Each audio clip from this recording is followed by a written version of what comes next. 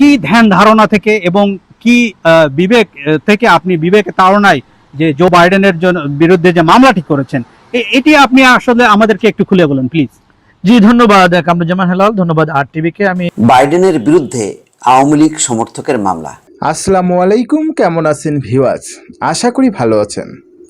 দেশ ও দেশের বাইরে থেকে যারা ভিডিওটি দেখছেন সবাইকে জানাই আন্তরিক শুভেচ্ছা অভিনন্দন। তো ভিউয়ার্স, জো বাইডেনের নামে মামলা করেছিল যে রাব্বি আলম, তো সেই রাব্বি আলমের একটি ভিডিও আপনাদেরকে দেখাবো। সে কি কারণে জো বাইডেনের নামে সে মামলা করেছিল, ভিসা নীতির মামলা, সে কি মনে করে কি কারণে জো বাইডেনের নামে সে মামলা করলো, তো আপনাদেরকে সেই ভিডিওটি দেখাবো। তো অনেক ইম্পর্টেন্ট একটি ভিডিও। তো ভিউয়ার্স, এই বিষয় নিয়ে কিন্তু বাংলাদেশে অনেক তোলপাড় সৃষ্টি হয়েছে, আর যুক্তরাষ্ট্রে আমেরিকায় কিন্তু এই বিষয় নিয়ে কোনো আলোচনাই নাই, শুধুমাত্র বাংলাদেশে এই বিষয় নিয়ে অনেক তোলপাড় সৃষ্টি হয়েছে। তো কী কারণে কী ভেবে সে জো বাইডেনের নামে মামলা করলো, তো আপনাদেরকে সেই ভিডিওটি দেখাবো। অনেক ইম্পর্টেন্ট একটি ভিডিও, তো চলুন ভিডিওতে যাওয়া যাক। তো ভিডিওতে যাওয়ার আগে যারা যারা আমার চ্যানেলটি সাবস্ক্রাইব করেন অবশ্যই আমার চ্যানেলটি সাবস্ক্রাইব করবেন, আর যারা অলরেডি সাবস্ক্রাইব করেছেন তাদেরকে জানাই অসংখ্য ধন্যবাদ। তো চলুন ভিডিওতে যাওয়া যাক।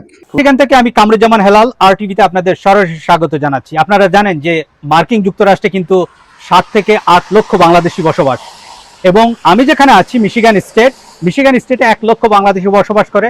এখানে বাংলাদেশি যারা বসবাস করে তারা কিন্তু বিভিন্ন পেশার সাথে জড়িত আছে, যারা এ দেশকে অর্থনীতির খাতে এবং বাংলাদেশের অর্থনীতি প্রেরণের ক্ষেত্রে কিন্তু সর্বাঙ্গিকভাবে তারা বিভিন্ন ধরনের ভাবে হেল্প করে আসছে সরকার এবং অন্যান্য এদেশের অর্থনীতিতে।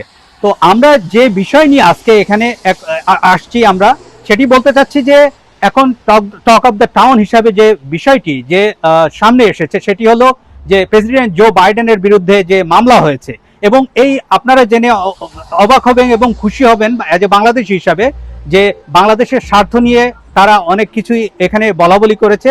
সেই জন্য অ্যাজ এ বাংলাদেশি আমেরিকান হিসাবে এখানে ডক্টর রাব্বি আলম তিনি কিন্তু জো বাইডেনের বিরুদ্ধে একটি মামলা করেছে, এবং আমি এখানে আছি, আমার সাথে কিছুক্ষণের মধ্যে ডাকবো আমি ডক্টর রাব্বি আলমকে। ডক্টর রাব্বি আলম, আমি আপনাকে আসলে এখানে আমন্ত্রণ জানাচ্ছি। আরটিভির পক্ষ থেকে আপনাকে অনেক ধন্যবাদ। আসলে এখন যে বিষয়টি, যে সাবজেক্টটি এখন সারা ওয়ার্ল্ডে যারা বাংলাদেশি আছে, বাংলা ভাষাভাষী অন্য দেশের মানুষ যারা আছে, তারা জানতে চাচ্ছে যে আসলে কি ধ্যান ধারণা থেকে এবং কি বিবেক থেকে আপনি বিবেকের তাড়নায় যে জো বাইডেনের বিরুদ্ধে যে মামলাটি করেছেন এটি আপনি আসলে আমাদেরকে একটু খুলে বলুন প্লিজ।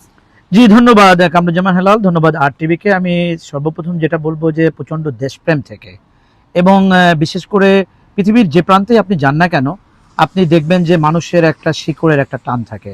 আর আমরা বাঙালি, আমরা রাজনীতির সাথে সম্পৃক্ত, হয় বিএনপি, নয় জামাত, নয় জাতীয় পার্টি, নয় আওয়ামী লীগ, যারা যে অবস্থানে আছে সবাই প্রত্যেকের অবস্থানটাকে ধরে রাখতে চায়। আমরা মুক্তিযুদ্ধের পরিবার, আমাদের পারিবারিকভাবে আমাদের দাদাকে সেখানে আঘাত করা হয়েছে, হত্যা করা হয়েছে, বাপ চাচারা মুক্তিযোদ্ধা করেছে, বাড়িঘর পুড়িয়ে দেওয়া হয়েছে। আমরা বাংলাদেশ আওয়ামী লীগের অতন্দ্র প্রহরী। আমার ছোট ভাই রিজভী স্পেন আওয়ামী লীগের সেক্রেটারি এবং বঙ্গবন্ধু কমিশনের সে আন্তর্জাতিক বিষয়ক সম্পাদক।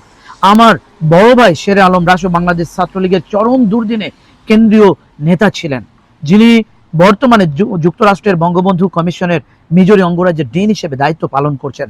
আমি মিশিগানে আছি, বঙ্গবন্ধু কমিশনের যুক্তরাষ্ট্রের আমি প্রতিষ্ঠাতা, আমি চেয়ারম্যান হিসেবে দায়িত্ব পালন করছি, বঙ্গবন্ধু পরিষদের সভাপতি।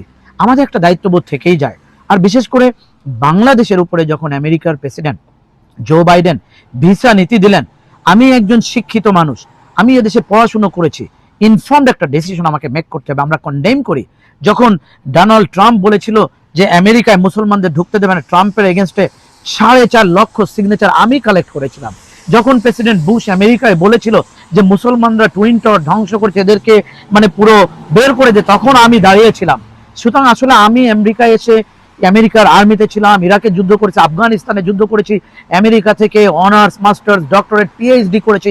আমি এদেশের আইন জানি, আমি দেশের ডেমোক্রেটিক পার্টির কেন্দ্রীয় কমিটির সেই ককাসের চেয়ারম্যানও ছিলাম।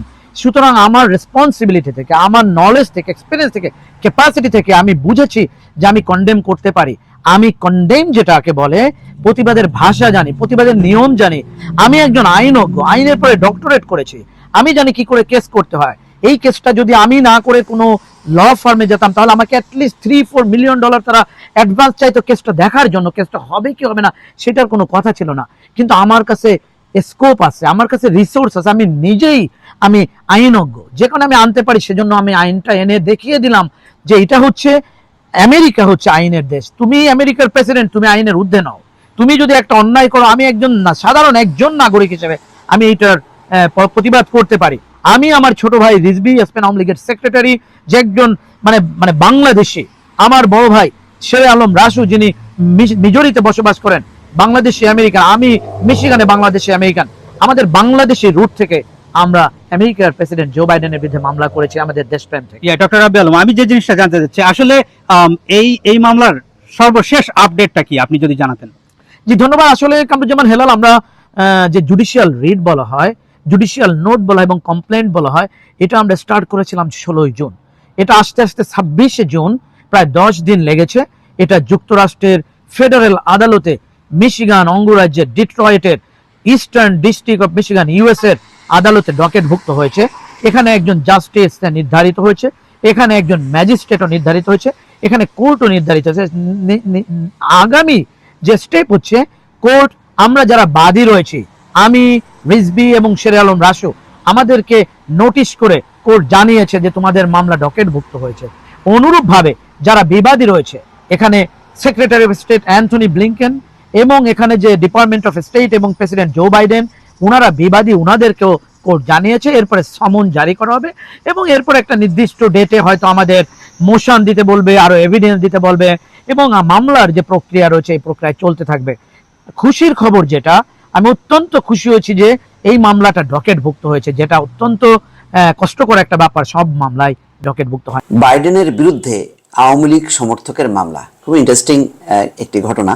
এর আগেও একটি হয়েছে এরকম, তো দ্বিতীয় এটি হয়তো হলো। তো এখানে ব্লিংকেনকেও এবং তার দপ্তরকে বিবাদী করা হয়েছে। খবরটি এমন, যুক্তরাষ্ট্রের প্রেসিডেন্ট জো বাইডেনের বিরুদ্ধে দেশটির আদালতে মামলা করেছেন আওয়ামী লীগের সমর্থক এক বাংলাদেশি আমেরিকান। এতে পররাষ্ট্রমন্ত্রী অ্যান্থনি ব্লিংকেন ও তার দপ্তরকেও বিবাদী করা হয়েছে। 26 June Michigan Detroit eastern district কোর্টে মামলাটি নথিভুক্ত হয় বলে এক ফেসবুক পোস্টে জানিয়েছেন মামলার প্রধান বাদী যুক্তরাষ্ট্র বঙ্গবন্ধু পরিষদের সভাপতি ও বঙ্গবন্ধু কমিশনের চেয়ারম্যান ডক্টর রাব্বি আলম। ঘটনাটি ইন্টারেস্টিং, এটাতে করে বেশ এই মানুষগুলো একটু সামনে আসছে, তাদের নামগুলো সবাই জানছে। এটার একটা হয়তো রাজনৈতিক পাওনা আছে, কিন্তু মামলার আসলে ভিত্তি কতটুকু বা এটার ভবিষ্যৎ কি, এটা বলা খুবই কঠিন। তারপরেও দেখেন, যুক্তরাষ্ট্র মতন দেশ, সেখানে এক বাংলাদেশি আমেরিকান সে মামলা করার সাহস পেয়েছে। তার ওই দেশটার যেই বিচার ব্যবস্থা বা মানবাধিকার, গণতান্ত্রিক অধিকার কত স্ট্রং, যে এটা চিন্তা করতে পারলো যে বাইডেন এবং ব্লিংকেনের বিরুদ্ধে মামলা করা যায়। এটি হলো পার্থক্য। এই মামলায় বাংলাদেশকে নিয়ে যুক্তরাষ্ট্রের নতুন ভিসা নীতি প্রত্যাহারের আবেদন করা হয়েছে বলে বাংলাদেশের বিভিন্ন গণমাধ্যমে খবর প্রকাশিত হলেও এই বিষয়ে নির্ভরযোগ্য কোনো তথ্য প্রমাণ মেলেনি। ঠিক কী অভিযোগে বাইডেন ও তার সরকারের বিরুদ্ধে এই মামলার আবেদন করেছেন তা ফেসবুক পোস্টেও স্পষ্ট করেননি ডক্টর রাব্বি আলম। এটা কি ভিসা নীতির বিরুদ্ধে নাকি অন্য কোনো ব্যাপারে, সেটা উল্লেখ করেনি। এই মামলার আবেদনে রাব্বির সঙ্গে বাদী হিসেবে আরও আছেন রিজভী আলম ও শেরে আলম রাসু নামে সাবেক 2 প্রবাসী ছাত্রলীগ নেতা। যুক্তরাষ্ট্রের অলাভজনক সংস্থা ফ্রি ল প্রজেক্ট পরিচালিত অনলাইন লিগাল ডাটাবেজের তথ্য অনুযায়ী অভিবাসন সংক্রান্ত যুক্তরাষ্ট্রের দেওয়ানি আইনের 465 ধারায় মামলাটি ডকেটভুক্ত। মামলার নম্বর 523 CB 11523। মামলাটি প্রথম বিচারক জুডিথ ই লিভির আদালতে উপস্থাপন করা হয়।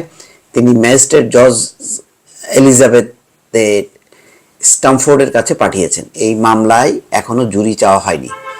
এর আগে কাতার ভিত্তিক গণমাধ্যম আল জাজিরায় প্রকাশিত all the prime ministers main শীর্ষক প্রতিবেদনের প্রতিবাদ জানিয়ে যুক্তরাষ্ট্রের ফেডারেল কোর্টে আল জাজিরার বিরুদ্ধে মামলা করেছিলেন ডক্টর রাব্বি আলম। তবে এই মামলার অগ্রগতি সম্পর্কে কিছু জানা যায়নি।